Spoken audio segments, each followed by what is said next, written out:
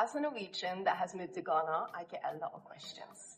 One common one is, if me as a white woman, if I get a lot of stares, unwanted attention, because let's face it, I might not look like most here. And the answer might surprise you because it generally surprised me too. So I'm going to answer that and much more. So stick around for my Q&A. But first off, I just want to say thank you guys from the bottom of my heart that you came through with so many good questions. And yeah, I just appreciate you guys. Just a big thank you. And let's get back to answering now. So to the question, if I get a lot of stares or unwanted attention, because I've been traveling a bit before, I've been to India, to Turkey, Egypt. I'm just saying these countries because these are examples of where I would say you get a lot of attention and maybe not in the best way always. For example, in India, it's like you're a celebrity. People want to take pictures with you, people taking pictures, sneak pictures of you. It was very different. I didn't expect it. So I thought maybe, going to Ghana, it could be the same because, skin color, you look a little bit different than most, But I will say this, when I came to Ghana, and I've been here a couple of times before moving as well, people are very respectful. People mind their own business. They honestly, to me, it seems like they don't care about that stuff. People treat you with respect, and the only people that really, or if I had anyone stare, I would say some small kids, out of curiosity, sometimes they can't help themselves. They just, they stare, and it's cute.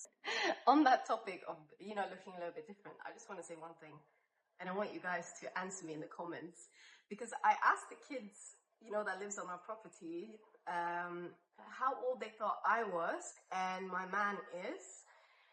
And they guessed that he was like 30, and they guessed I was around 60 years old. And they said it was because of my hair color, things like that. So I think, for some kids, it is an unusual look.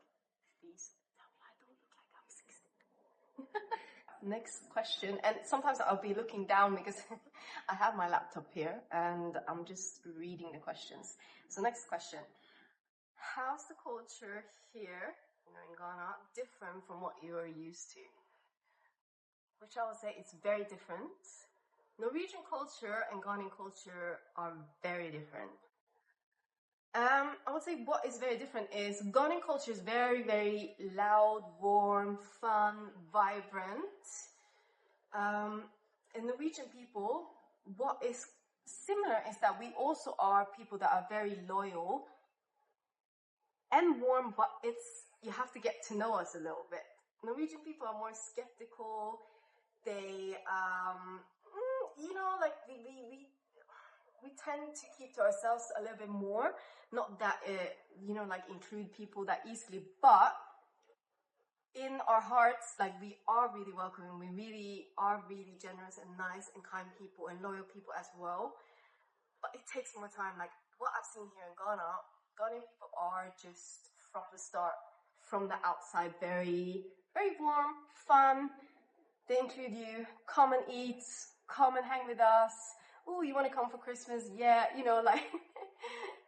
went to buy stuff for Christmas for the kids yesterday, and the cashier was like, oh, can I come to the Christmas party? And I was just thinking, I'm not sure if she's joking or if she means it. She can come, but in Norway, no one will be like, oh, can I come to your party? Which I think is cool. If you want to come through, we're having a party. But, the Ghanaian culture is more like everyone come, big, loud emotions all the time, which I really like. These next questions, they are a bit of the same, so I'm just going to read them and then answer. One question is, what has been your first impression of Accra? And when was the first time you heard about Ghana? What was your initial thoughts or impressions of the country at the time? When I first heard about Ghana was through my partner or my man, because, he has his Ghanaian roots. He's been brought up in the UK, but, he's from Ghana, his parents from Ghana. And my first thoughts were, Africa seems very interesting. I would love to go to experience. It would be so different, kind of thing. So I really wanted to go and experience, but I had no thoughts in my mind like, oh, we'll move there or something like that. But we went, and I would say something that really, really surprised me was, and I told my man at the time that even though people are struggling so much, people seem so happy. There's such a vibe in this country. People are hustling, people are working hard, people are still enjoying life and making the best of it, and it was so inspiring. So it was just something really special about Ghana from the first time I came here, which is now, I think, about 5 years ago. What has been the biggest challenge adjusting to life in Ghana? I think I do miss seeing friends and family. To be like, oh, you want to meet for coffee or Sunday dinner with mom and dad, those things. And I miss my family and friends a lot because to me, the people in your life, family and friends are the most important thing. So that is difficult. How do you think Ghana compares to your home country? They couldn't be more different, I think. There's good and bad with both. My home country is extremely structured, organized, also safe.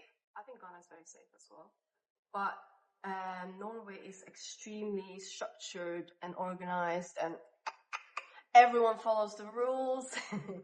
If there's a rule like when you wait for the bus, stay 1 meter apart, like during COVID, people will stay 1 meter apart. Like everyone is just following the rules. If there's a sign saying don't throw trash here, no one will throw trash there. But here in Ghana, there could be a big sign, don't, trash dump or what it says here, and there will be lots of trash. People are a bit,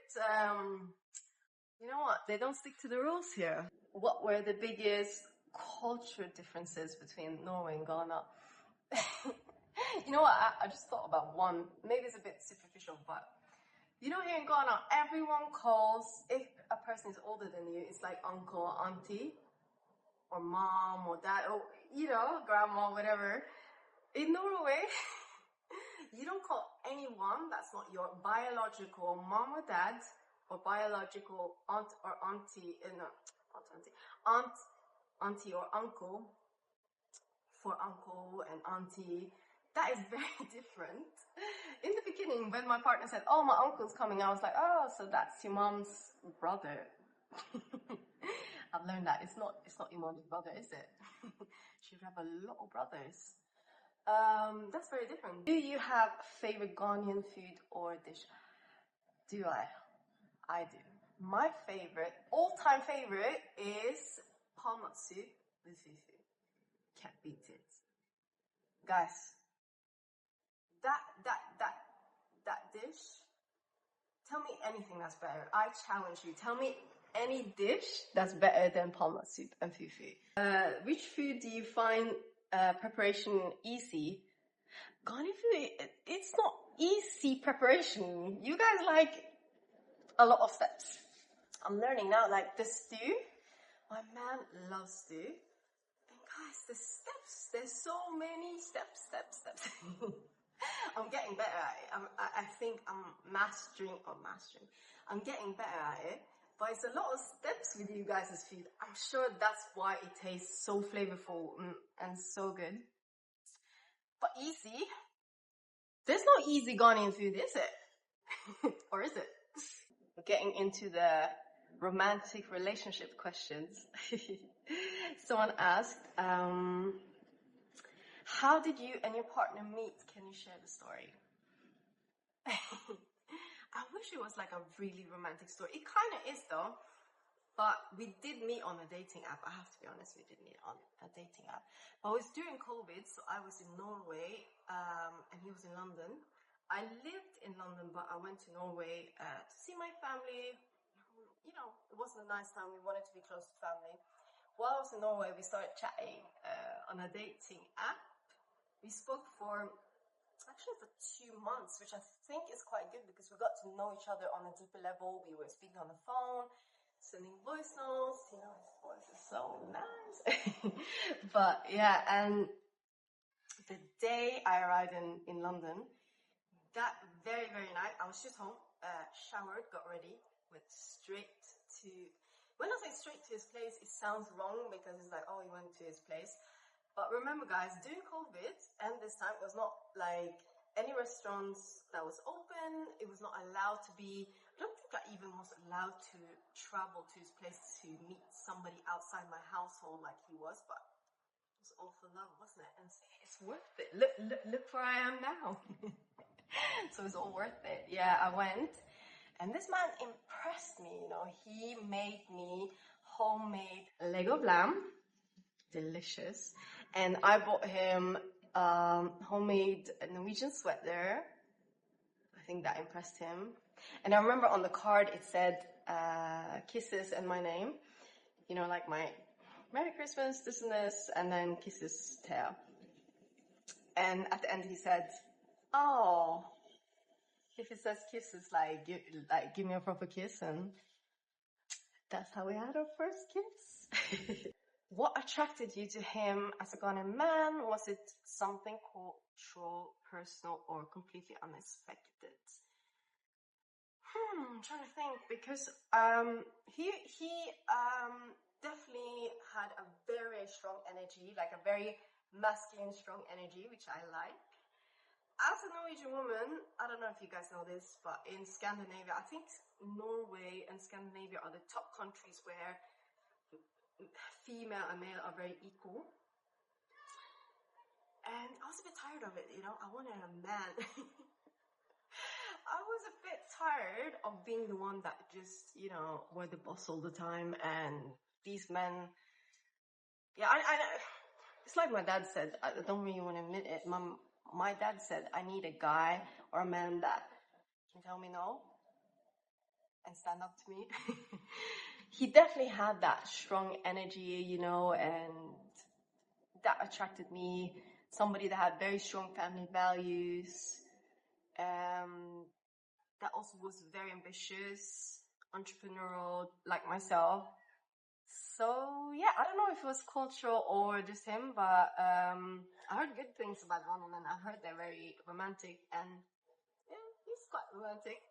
Not complaining. Just enjoying my life, guys. But okay, moving on. Do you ever miss your old life so much that you wonder if you made the right choice? I wouldn't say I miss my old life, but I miss my people. Like, I miss my family and my friends. I really do. And sometimes I think that is what makes me the most emotional, thinking about something happens to some of them, especially my parents that are getting older, that we haven't spent that much physical time together. That is the only thing that maybe makes me feel like, oh, have I made the right choice? Because if something happened, I would be so sad that we didn't have that time together. But outside of that, I think it's very, very important to be super grateful for what you have. Like, I mean, this life is amazing. We are enjoying, we are building our own family, and I mean, look at this. How can I complain? Like, there's no complaints. But yeah, it's just my family and friends that sometimes it can be difficult. Guys, your questions makes me think, like, good questions. So how do you balance two cultures in your home? From food to traditions, values, and everyday life. This is an important one because I think it's so important that my daughter get the best of both cultures. Norwegian culture, Ghanaian culture. She was born in London. We have that identity or that place too. What's really important to me that she learns both cultures, that is present in our home in different ways. I have, my traditions, my foods, the things that I like, but also it's very important that she knows her Ghanaian culture, like where she comes from, her roots. And I think it's important that she feels like, even though she has these amazing two worlds she can combine, that she's also her own person and she can, make it her own. Have you visited any other region apart from Accra? If so, which region or city was it? What was your impression? So I've only been outside of Accra once, and it was when my man's Uncle Atta. So Uncle Atta took us to Capcom Park, Capcom National Park. Have you guys been? It's amazing, but it was one of the most scariest things I've ever done in my life. I think if I wasn't that in love that I was at that time, I'm not sure if I would have survived or gotten through that. But it was an experience. And now that I survived, I think it's amazing. It was amazing. But ooh, that was scary. That was scary. But only been to that to Capcom Park except from Accra. I really want to go to different regions. I heard, you know, a lot of people are saying Volta region, that you have to go there. Is that the best one? Is that one we should go next? Or where should I go next? Or we go next if we're traveling outside of Accra? Where should we go? All right. What is your favorite place since you moved to Ghana? My favorite place, without a doubt, is that beach club. I've done a couple of videos from there, but the beach club, Africana Beach Club at Labori Beach, that is my happy place. With my family there, with, you know, my man and my daughter, us enjoying the view, the food, the drinks. Yeah, that's my favorite spot of all time here in Ghana. What is the best thing you experienced since moving here? That's a good question. I think, you know what, just the gratitude, because being around the kids that, you know, lives locally around here and on our property, and, you know, us interact with them, it just makes you very, very grateful for what you've got, grateful for opportunities, future, and I'm just grateful that my life is not on autopilot, yeah, that things are just been shaken up a little bit, and I got to see the world a bit more. And I think one of the best things is just gratitude, and also how our family, we just built like our own, you know, our own life, where the life that we love as a family, as a little family. So that's been the best thing, I think. This last question made me laugh, and I haven't thought about what I'm going to answer, so I'm just going to read it, and then it just has to come natural. You seem happy, always, kind-hearted, and all of that, ... What actually makes you angry? First thing that came to mind is when we have a little paddle pool, because we're still building a pool and the yard is not coming yet, but we have a paddle pool. Sometimes I clean it, fill it, and I wait for that perfect moment of the day in the sun to have a little drink before dinner or something, and just lay there. And if it starts raining and my whole amazing plan is ruined, that makes me angry. What else makes me angry? When I order food and I've been waiting for it, this happens in Ghana a lot. If I order food and I've been waiting for it and it just doesn't come, got cancelled because the rain starts. See, it's different. Why is the rain the thing? Maybe the rain should be my answer, like the Ghanian rain. You know what? Something that makes me really angry is bullying, especially of kids. I have been bullied a lot myself growing up, you know, at school, and it still sits with me. It has sit with me my whole life. It's something, even to this day, sometimes I work with. So bullying, like innocent kids, it doesn't sit well with me at all. That makes me so angry, and I will always stick up if I see somebody getting treated unfair, getting bullied, especially kids. Yeah, that makes me really angry.